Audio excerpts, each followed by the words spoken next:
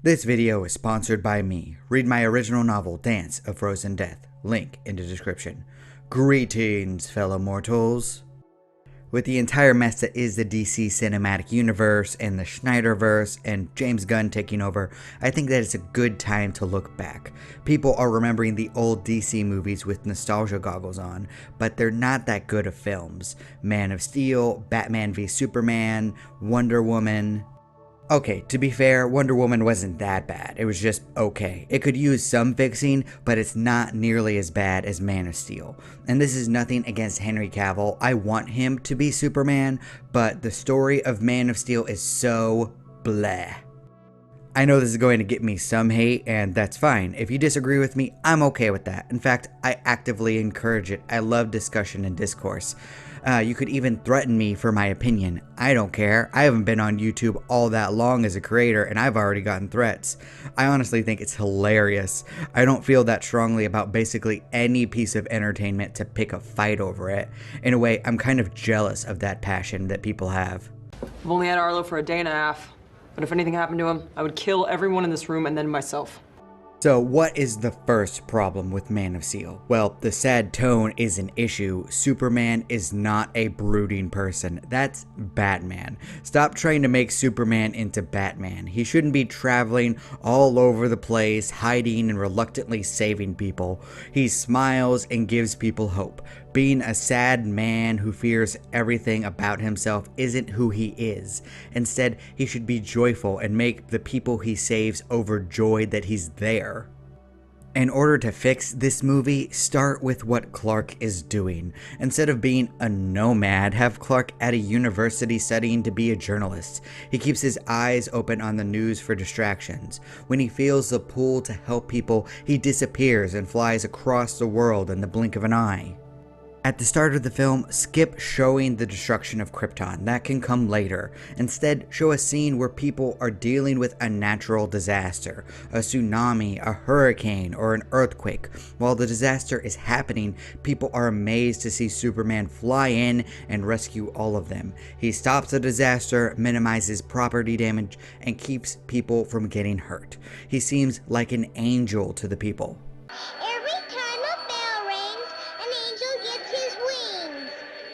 That's right. That's when you switch over to Lois Lane. She's doing reports on the strange Superman that everyone's talking about. At this point, Clark keeps his face covered and doesn't wear his suit. It's all black clothing, but she's amazed by the juxtaposition between his appearance and the attitude people report him having around them. He's jovial, upbeat, and assures them everything is going to be okay. Plus, he's very kind to everyone that he meets. Because, quote unquote, the Superman appears every day to help people, there's a constant news cycle about him. Politicians, religious leaders, and the military all share different opinions on him. Views on him change between an angel and a devil, a humanitarian and a narcissist, an asset or a threat. Lois is very vocal about thinking that Superman is just a good person trying to help other people. During her various reports, Lois finds a muffled audio clip of Superman.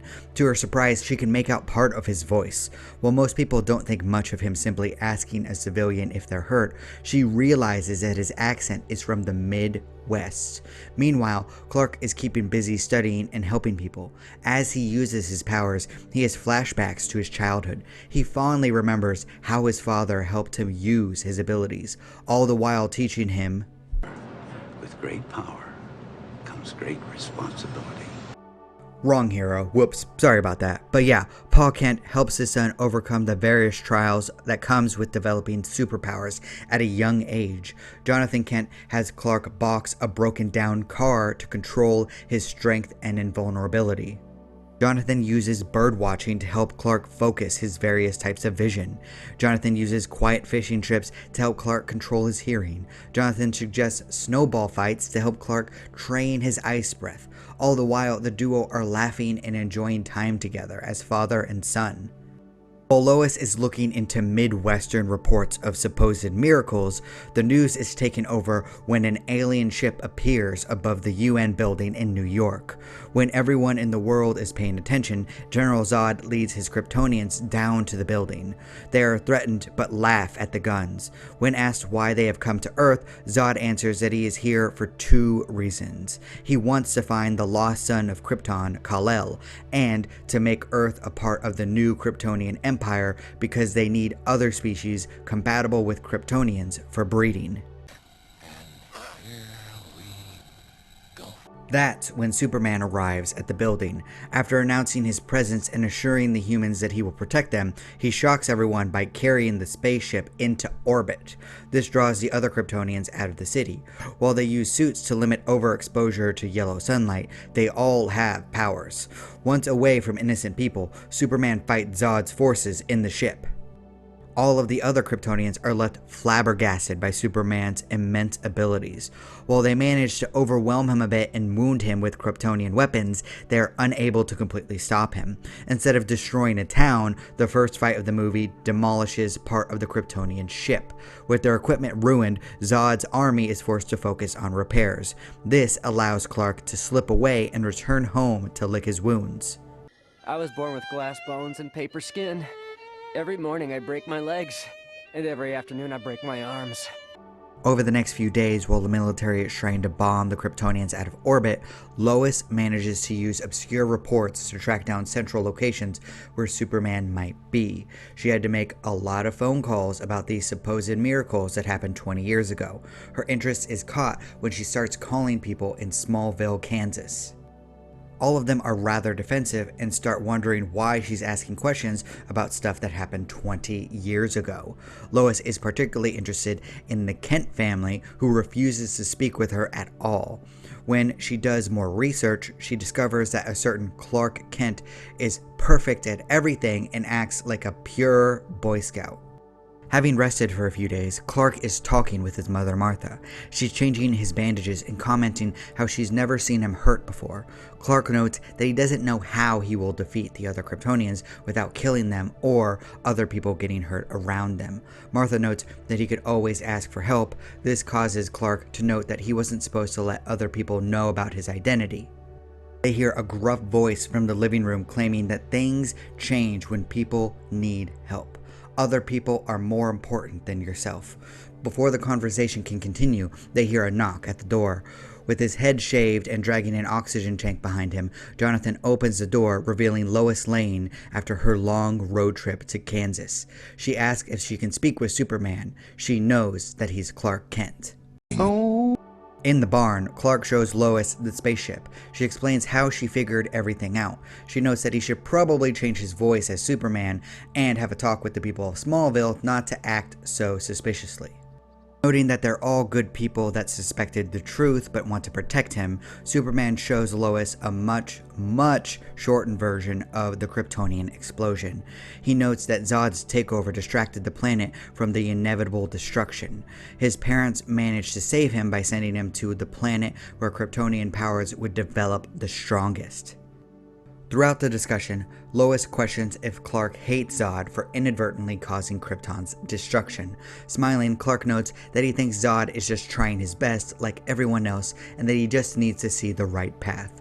This causes Lois to start calling him Smallville and a Boy Scout. Simply happy to share with anyone about his past, Clark opens up more to Lois.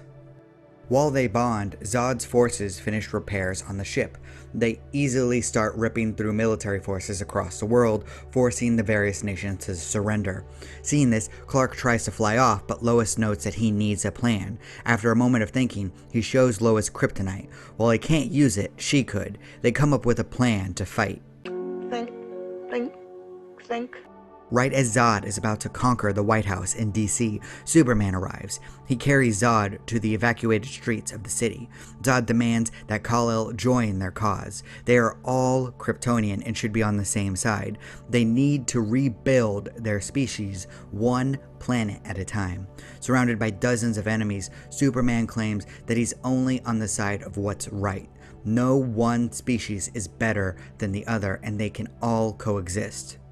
Angered that Kal-El would betray his people, Zod orders his men to attack. Outside of the fighting zone, reporters stream the battle live to people across the world. They watch Superman fight off dozens of enemies while protecting the surrounding area. As he slowly gains more injuries from the Kryptonian weapons, Superman breaks down his enemy's armor, leaving them completely exposed to yellow sunlight. Without Paul Kent's training, they are unable to handle the overwhelming sensations which come from their full abilities.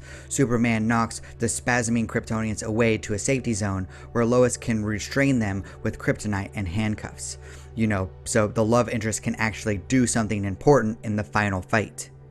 After an extended battle, only Zod is left. Unlike the others, he adapts to his powers rather quickly. While he can still barely function, he gets the better of Superman by threatening the reporters, military, and politicians he captured in the White House. Clark desperately struggles to keep everyone safe, but he doesn't have the experience to defeat Zod and protect people at the same time. In fact, he starts contemplating killing Zod. Fortunately, he's not alone. Lois arrives and smacks a piece of kryptonite across Zod's face. Screaming, Zod tumbles to the ground with a large cut spread across his cheek. Superman uses the injury to his advantage, hitting the cut with heat vision until Zod surrenders. Once restrained, Zod notes that Earth will never accept Kal-El. He's an alien, he's different blood, and they will hate him for it. Superman just smiles and says that while they might have different blood, they have the same heart, and that's all that matters in the end. In the falling action part of the story, Zod's forces are imprisoned and are constantly in contact with kryptonite. Clark visits them, trying to help them rethink their actions. Superman debuts his real suit, proudly proclaiming that his mother made it for him because he's a giant dork that would do that.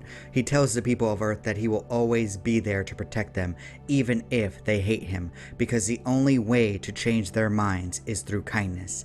That's how his human parents taught him to live. When asked about her relationship with Superman, Lois claims to be his muse, his inspiration, and his personal reporter. All reports and thoughts from Kal-El will go through her and the Daily Planet.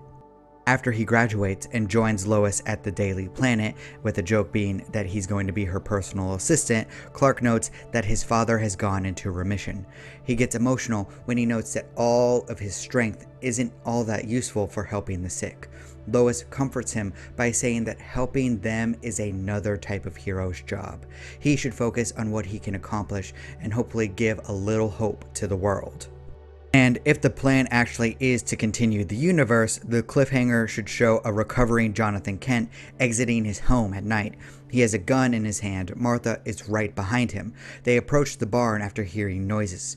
When they open the doors, they see "Tell him I know who he is" written in red across Clark's ship.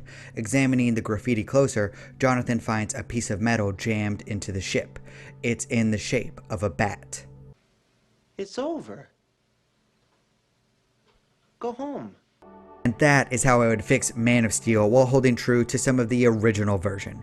It's not exactly perfect, and there are other stories I would like to tell, but I think this is a better version of Man of Steel. If you've watched my other videos, you know that I think Superman is an amazing character that should have great stories written about him. I can only hope that James Gunn does a decent job at adapting Clark Kent. Somehow I doubt it though. For some reason, Western media isn't exactly good at handling overpowered characters. It's a line that they can't walk. But what do you think? Am I completely off base here? How would you change of Man of Steel? Do you like my changes? Do you have any suggestions of what I should fix next? Please leave a comment down below. I'd love to hear your perspectives. Thank you so much for watching. If you like my takes on storytelling, please consider subscribing and liking the video. It would really help me out.